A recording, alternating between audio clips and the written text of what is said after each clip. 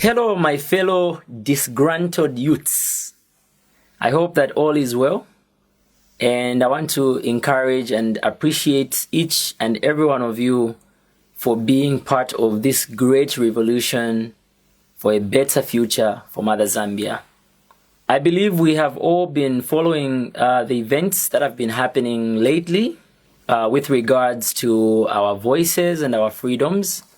And I just want to appreciate each and every one of you for your resilience and for your continued support and solidarity. Thank you so much. I have noted with concern some of the remarks that were issued by the Honorable Minister for Lusaka Province, and I would like to state the following. If the intent was to instill fear in me and many other people that are offering divergent views and that are speaking for the people, then here comes my apology. I am sorry to disappoint you, and I'm sorry to say I will not be intimidated, and we will not be intimidated as Zambian youths.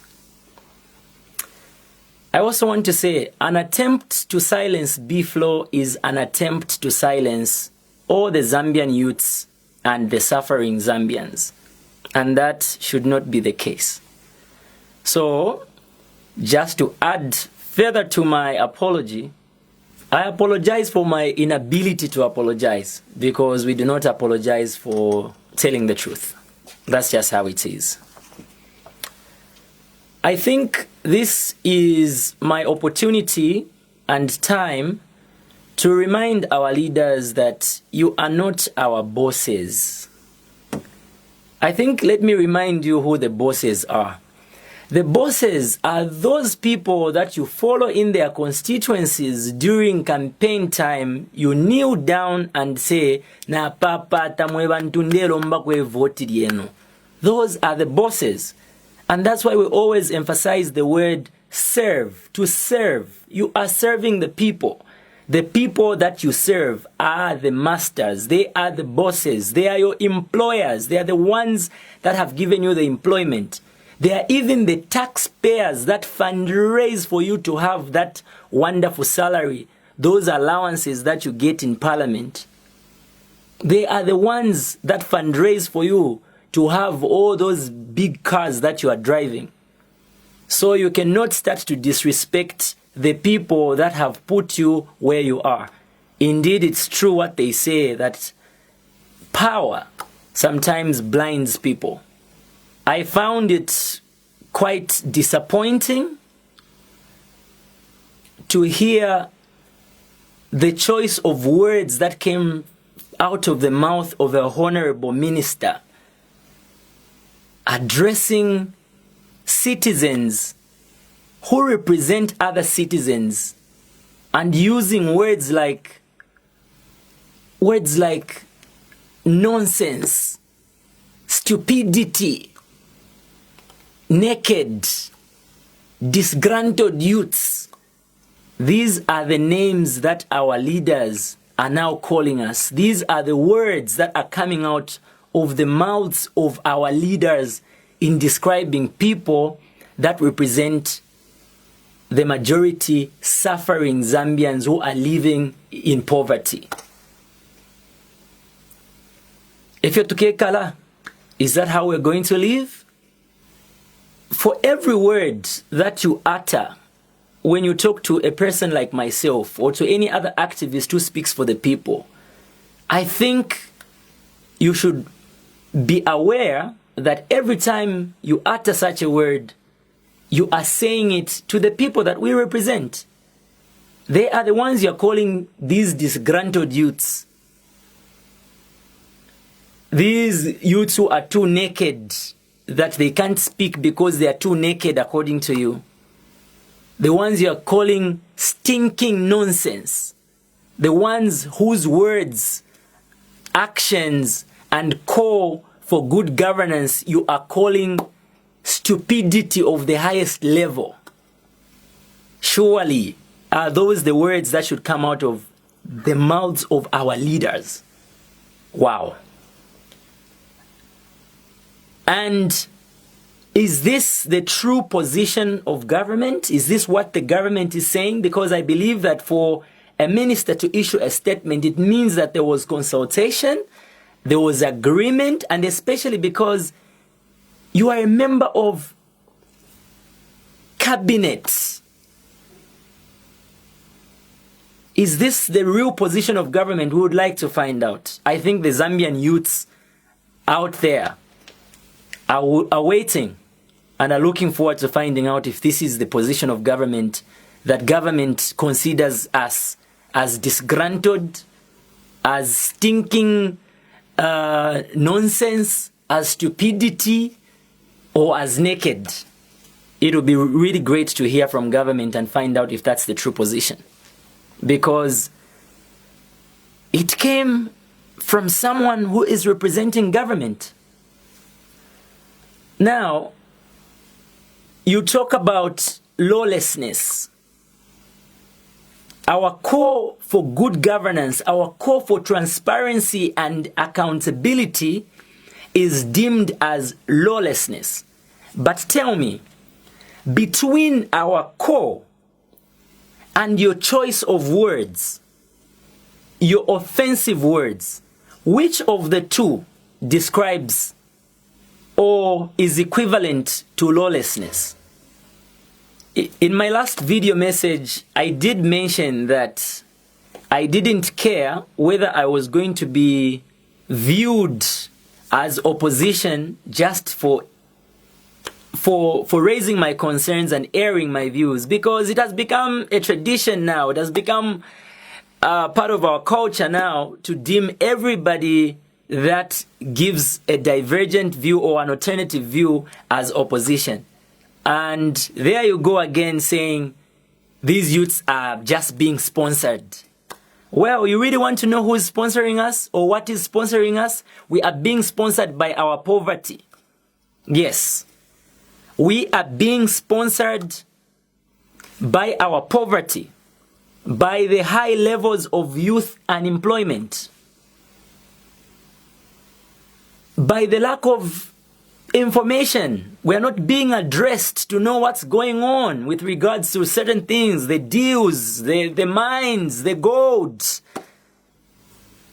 Yes, we are being sponsored by the anguish that we feel about the oppression that we are getting from foreign employers who are being given an advantage over the local employees who cannot have a voice, because every time somebody tries to speak on their behalf, that person is being forced into an apology.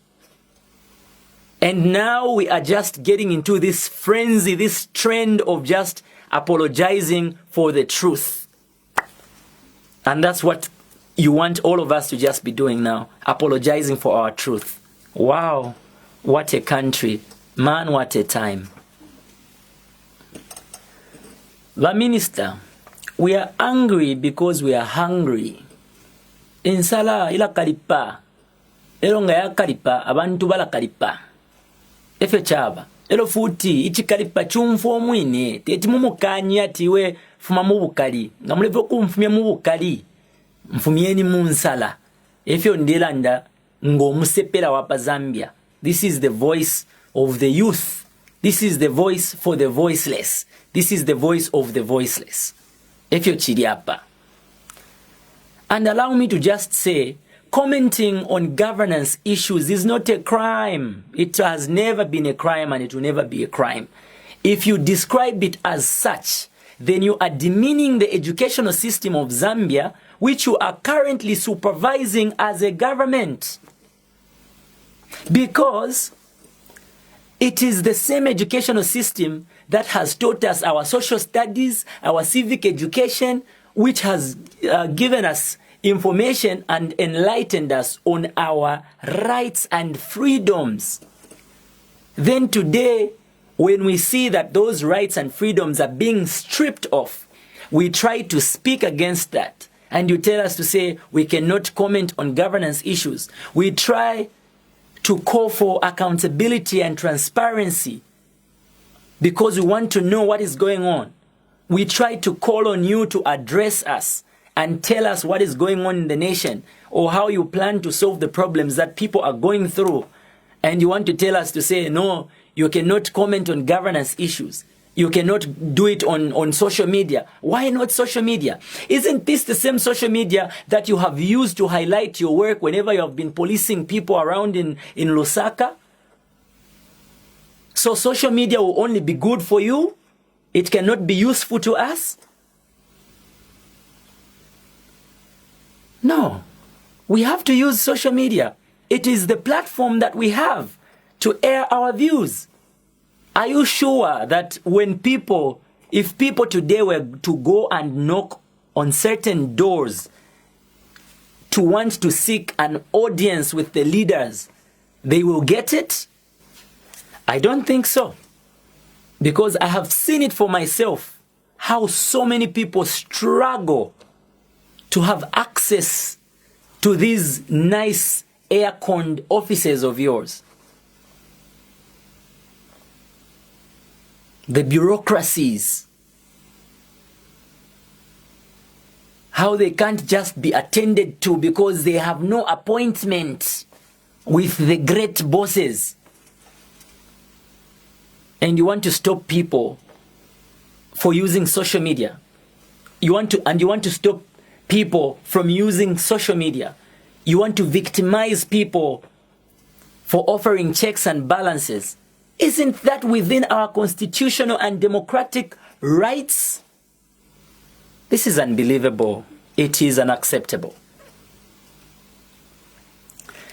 Honorable Minister, if you found anything wrong in the things that we have said or in the approach that we have taken, don't you think that the best thing you can do is to seek an audience with us for you to get our feedback?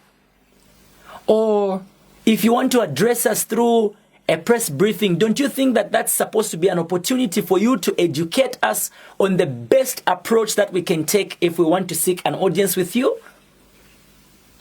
I think that should be the way to go, as opposed to issuing threats on the lives of innocent citizens who have done nothing wrong but demanded for that which belongs to them.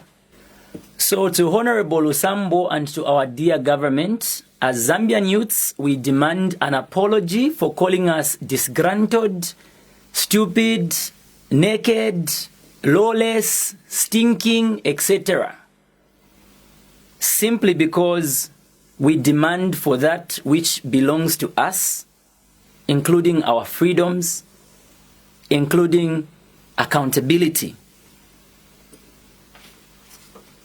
We further demand an apology for infringing our freedom of expression. Trust me, we mean no malice, and everything that we are doing here is not coming from a bitter place. It is actually out of love. It is because we love you, and that's why we do not want to see you fail. We also love our country because we want to make sure that our country continues to be ours and that our children can inherit a better country, and we want to make sure that we leave it better than we found it. That is our only wish. So to Honorable Lusambo and to our dear government, on behalf of the suffering Zambians and especially the Zambian youths, we demand an apology for being called disgruntled, for calling us naked, for calling us stinking nonsense, for considering our actions as lawless or as lawlessness simply because we speak our truth and we demand answers. We really do demand an apology for infringing on our freedom of expression and for not wanting to allow us to speak, for trying to silence us, for trying to zip our mouths when we cry because we are hungry. We demand an apology. In conclusion, I want to commend and appreciate each and every person that is showing solidarity through these difficult times when we're being issued with threats from our leaders. I also would like to thank and appreciate every person who has joined the movement, this revolution, for good governance, for a better future for our children, for a better Zambia. Thank you for your resilience. Thanks to the artists, the people on social media, the activists, not forgetting the Human Rights Commission for supporting us and for respecting the fact that we are simply exercising our democratic rights. And I also want to challenge the Zambia Association of Musicians to stop sleeping, to wake up when one of your own is being thrown around, is being shaken all over the place, is being threatened. You are supposed to stand up, speak with them, move with them, get into some good trouble with them for speaking the truth. You are an artist, you are a mirror of society. You should represent the people. Thank you.